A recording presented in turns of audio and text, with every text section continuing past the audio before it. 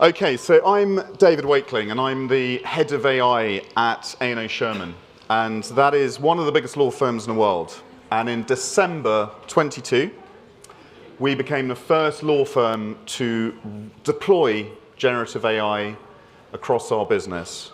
That meant 4,000 lawyers, and it meant 43 jurisdictions. And then last year, we became the first law firm to build an AI tool for lawyers called Contract Matrix. And that was designed to speed up contract drafting and contract negotiation. So we built that in partnership with Microsoft and Harvey, and we created a new business model for lawyers.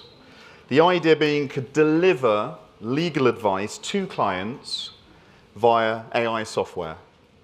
So as a lawyer, I am hugely excited, but I also need to recognize something important. That is that law is quite widely regarded as one of the top 5 industry sectors to be most disrupted by AI.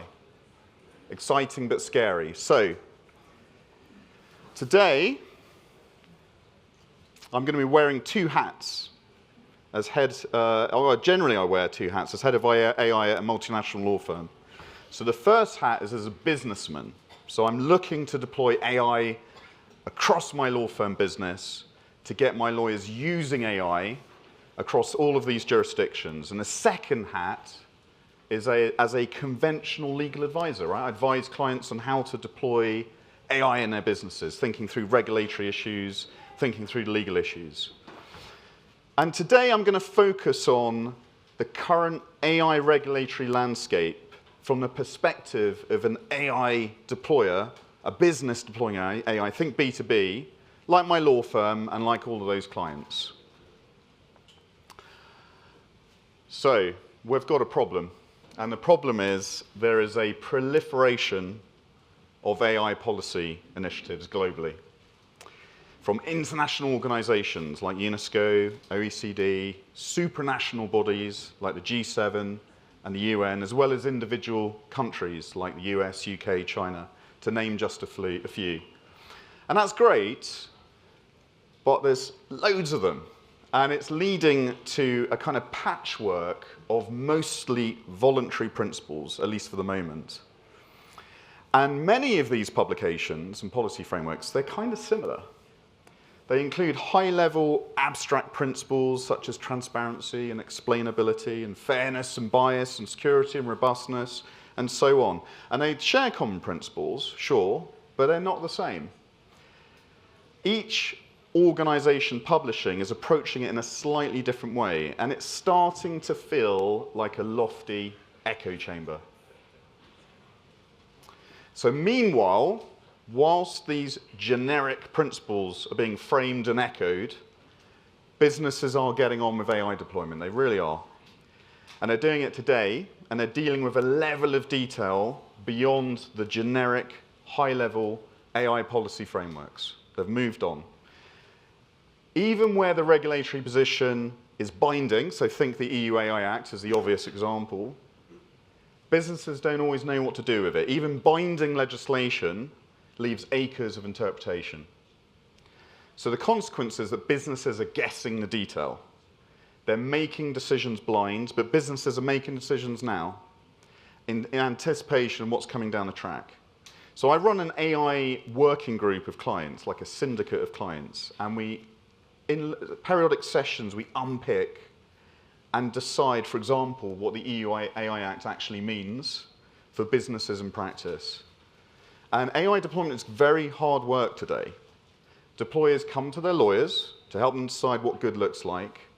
The lawyers tell them the risks, find a path to manage them, looking at customer impact, regulatory impact, and so on. It's very expensive, very slow process, with individual lawyers working through the ambiguity to find a path, because it isn't clear, the rules ain't clear. And this is leading to bad outcomes. Businesses are choosing not to pursue certain use cases because it's too hard. They're just steering clear of whole jurisdictions because they don't know what to do. They don't know which rules apply. Too hard, it's not worth it. So we at A&O Shearman, this huge law firm, thousands of lawyers at our disposal, we had to think through a sensible way to manage these risks when we deployed AI. And after navigating the rules and regulations in over 40 jurisdictions, we made some sweeping decisions so as not go legal and regulatory compliance mad.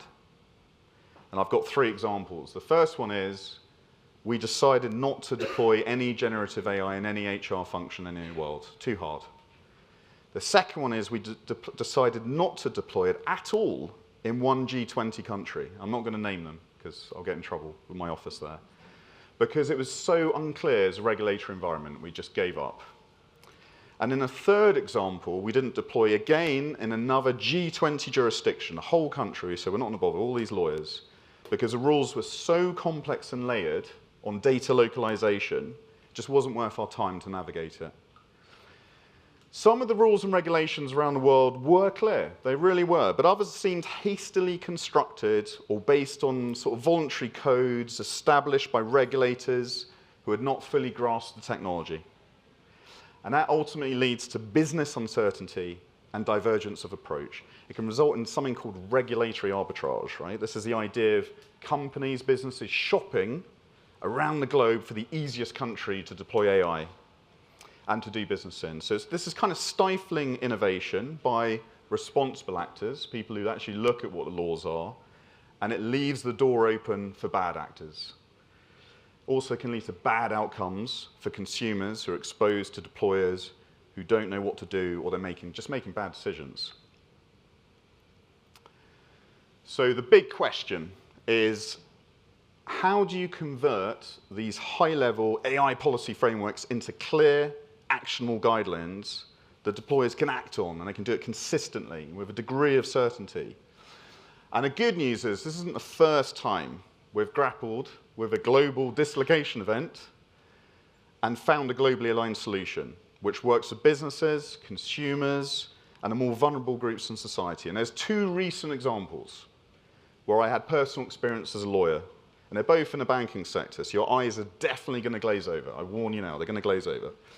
But the first example was in response to the 2007 global banking crisis, triggered by the collapse of Lehman Brothers. And this crisis led to widespread economic turmoil. You all remember it. There were moments in that period where many questioned the survival of entire economies and entire currencies. And the second is LIBOR, right? And this stands for an interest rate called a London Interbank Offer Rate.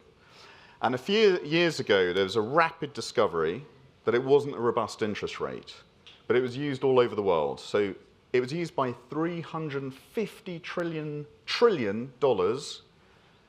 around the world. Think mortgages, think bank accounts, think credit cards, as well as wholesale financial markets. So in both cases, Lehman and LIBOR, there was a need to clean house for a global problem.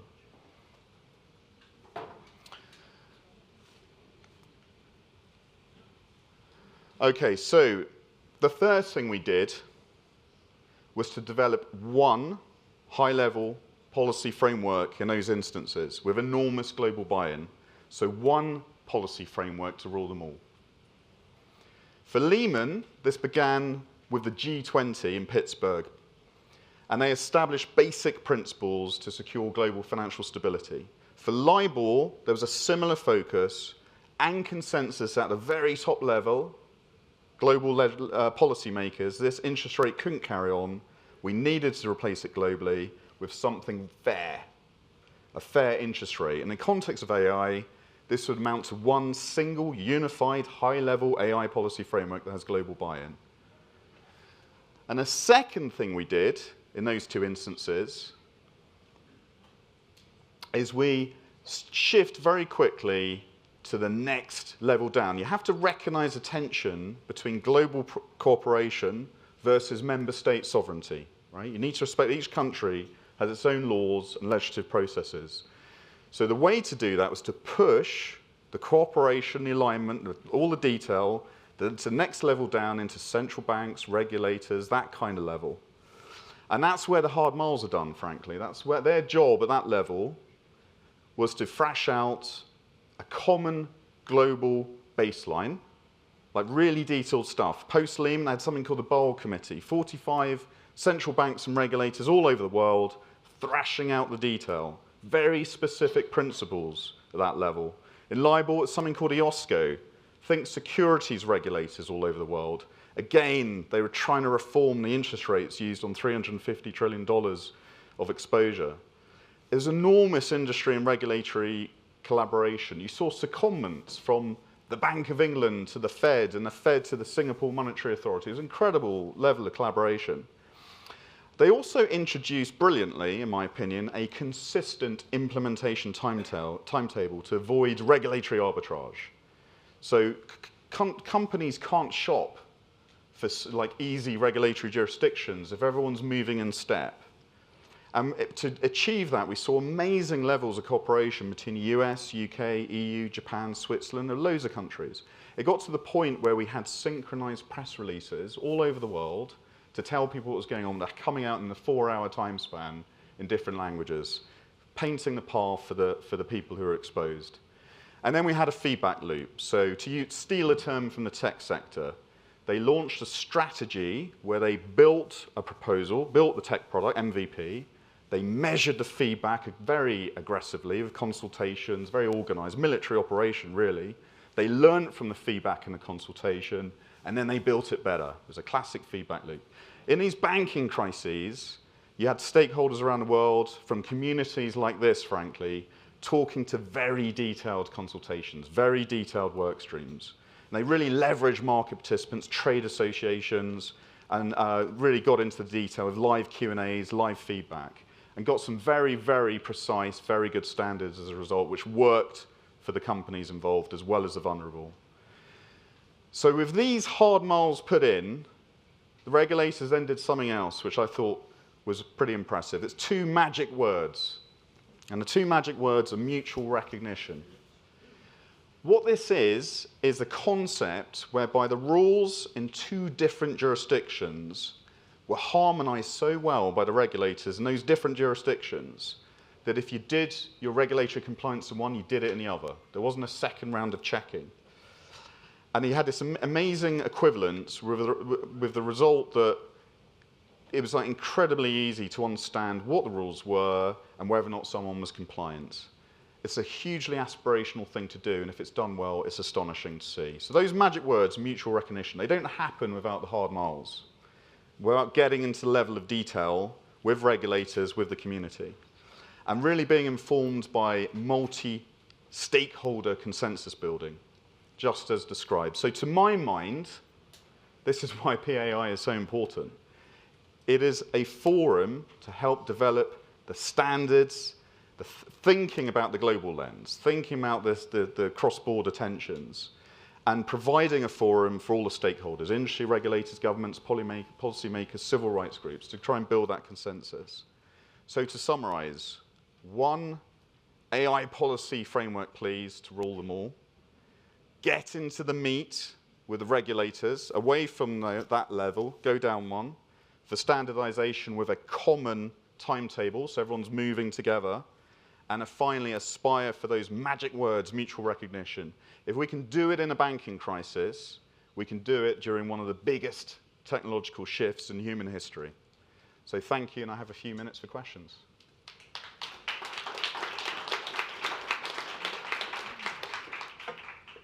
We'll take a few questions for David.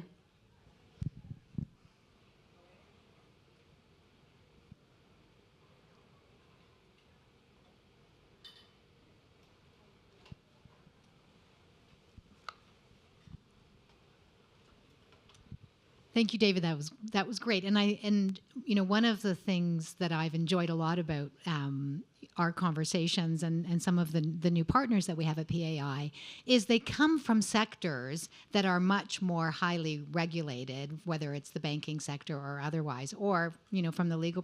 So. And this may not be a fair question to ask, but I think it's important. Like, why do you think that this level of detailed engagement of regulators, and we had the question asked this morning as well, hasn't happened in the AI policy debate? And how are and is it because it's, you know, just a different sectoral issue and the banks were already, you know, highly, you know, regulated and understood? or and then I guess the question is, why hasn't it happened, and what do you think are some of the incentives that would drive that forward? Yeah. Well, I think one of the biggest problems is that there is competitive advantage between jurisdictions. You know, everyone's thinking, I'm going to make my own AI industry, this is economic growth. It is introducing an agenda which is sort of not really creating the level of collaboration you saw in the previous instances. I'm very hopeful that the forums happening next few months are going to break that down. I would say that's the biggest single obstacle. So we're not quite there on a single global policy framework. It's very hard to get into the level below if that one isn't pinned down. Hi, thanks for the talk. I wanted to ask, if there a significant difference between the banking regulation and AI regulation in terms of our understanding of the technology? Because in AI, I mean, like the black box issue, the nonlinearity of decision making, there's a lot of different aspects that, as computer scientists, for example, we don't understand them to an sufficient result to actually be able to regulate them. Yeah, it's a really good question. I mean, at the time of the banking crisis, people didn't actually know the impact. Actually, the data wasn't there. That happened after. So I dare say people were flying blind then. The plan to counter that was to go with principles, go with standards, get into the detail, but then they did continuous improvement afterwards, right? As they saw the impact on the markets, they're still tweaking rules today that they set 10 years ago because they didn't get it fully right the first time. But that's okay. That's what it is. At least it's progress.